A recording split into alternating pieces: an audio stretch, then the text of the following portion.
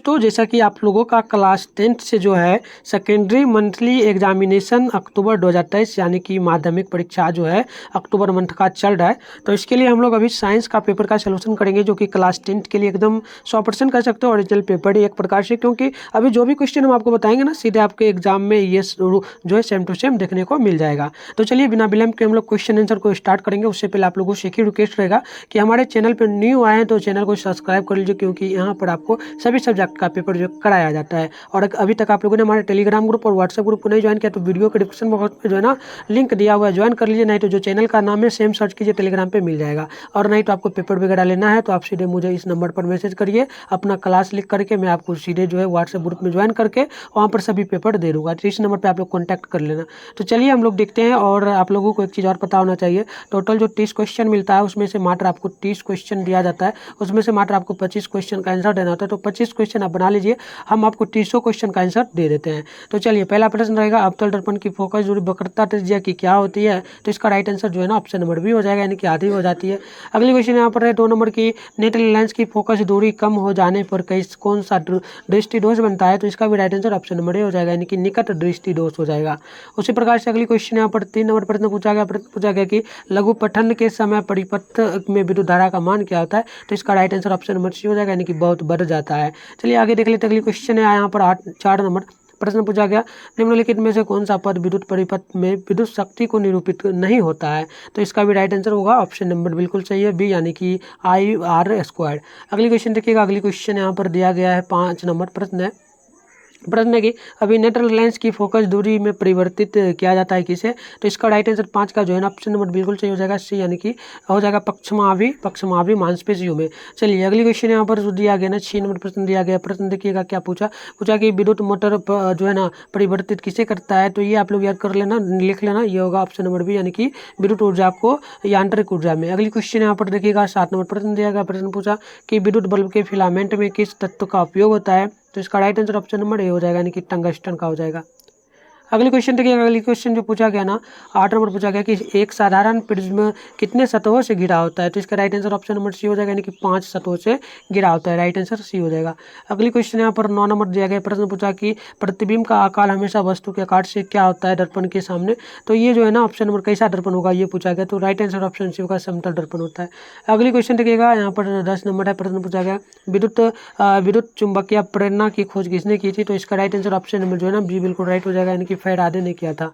अगली क्वेश्चन देख लीजिएगा। यहाँ पर 11 नंबर प्रश्न पूछा आकाश का रंग जो है नीला क्यों प्रतीत होता है? तो आकाश के परिकिरणन के कारण। ठीक है, देखिए प्रकाश के क्या हो जाएगा, तो ऑप्शन नंबर बी बिल्कुल सही है, प्रकाश के परिकिरणन के कारण, बिल्कुल राइट होगा। अगली क्वेश्चन यहाँ पर देखिएगा जो है ना 12 नंबर प्रश्न पूछा गया समान नेत्र अधिकतम कितनी दूरी तक की वस्तु को स्पष्ट देख सकता है? तो 25 सेंटीमीटर बिल्कुल राइट होगा, ऑप्शन नंबर सी बिल्कुल राइट है। 12 का अनंत तक होगा, स्पष्ट है तो अनंत तक देख सकते हो। अगली क्वेश्चन देखना यहाँ पर जो है ना यहाँ पर दिया गया है 13 नंबर प्रश्न है कि लेंस की क्षमता का ऐसा मात्रक क्या होता है? तो इसका right answer option number C हो जाएगा, यानी कि m⁻⁻1। ठीक है, चलिए अगली क्वेश्चन यहाँ पर दिया गया एक समीकरण है। 14 नंबर प्रश्न पूछा गया कि अभिक्रिया CuO+H2 ये समीकरण हुआ, रिएक्शन इसका बनेगा Cu+H2। ये जो रिएक्शन बनाई किसका उपचयन होगा?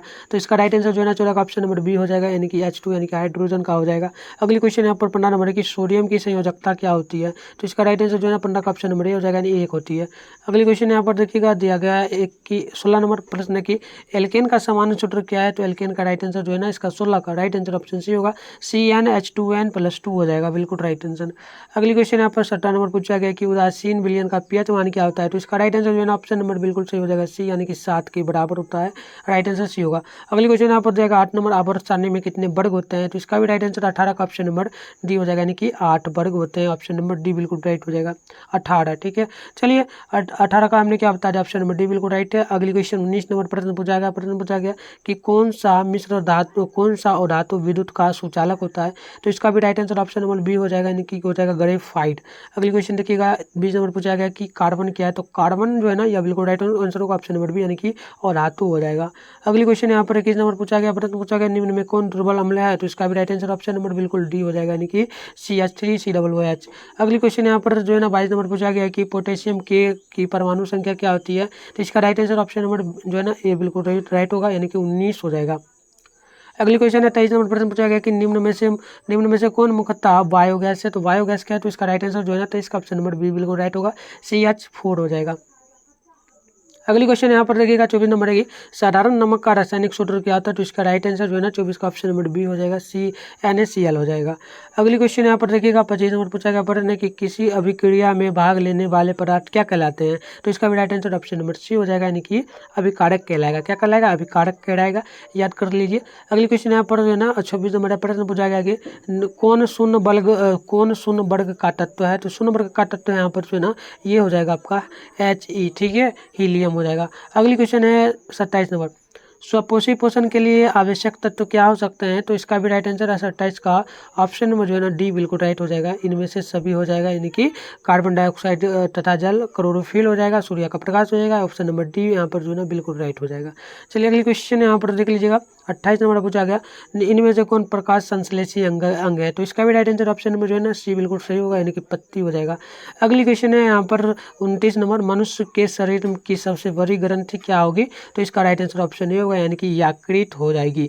अगली क्वेश्चन है यहाँ पर जो देखिएगा 30 नंबर, पादप में जाइलम के लिए उत्तरदायी क्या है। तो इसका राइट आंसर जो है ना ऑप्शन नंबर ए बिल्कुल राइट होगा, यानी कि जल के वाहन के लिए। तो चलिए अभी टोटल मैंने आपको जो है 30 क्वेश्चन का आंसर बता दिया है, जिसमें से मात्र आपको 25 ही बनाना है। तो आप किसी 25 को बना सकते हैं आराम से जाकर के, ठीक है। आप चलिए सब्जेक्टिव क्वेश्चन थोड़ा आपको दिखा देते हैं। देखिएगा आपको जो है ना सब्जेक्टिव क्वेश्चन वगैरह मिलता है खंड में। देखिए सब्जेक्टिव में आपको टोटल जो है ना 2 मार्क्स वाले प्रश्न आपको लगभग टोटल जो है कितने मिलते हैं। तो 15 नंबर के लिए बनाना होता है, तो ये लगभग आपको ना 10 क्वेश्चन मिलता है। 10 में से मात्र आपको कितना बनाना होता है, तो 5 बनाना होता है। 2 मार्क्स वाला प्रश्न ये आपको याद रखना है। और 6 प्रश्न आपको मिलता है, कितना 6 नहीं 4 प्रश्न मिलता है आपको 4 मार्क्स वाला, जिसमें से मात्र आपको बनाना होता है 2 प्रश्न, ठीक है। तो देखिए अभी हम आपको कराएंगे नहीं, अभी दिखा देते हैं कुछ क्वेश्चन आपका जो पूछेगा। जैसे कि 2 मार्क्स में पूछेगा फ्लेमिंग का वामहस्त नियम क्या है। दूसरा पूछेगा हीले का अपूर्णांक 2.42 है, इसका कथन में क्या अभिप्राय होगा। आगे पूछेगा वास्तविक और आभासी प्रतिबिंब में अंतर। आगे पूछेगा प्रत्यावर्ती धारा और डिस्ट धारा में अंतर।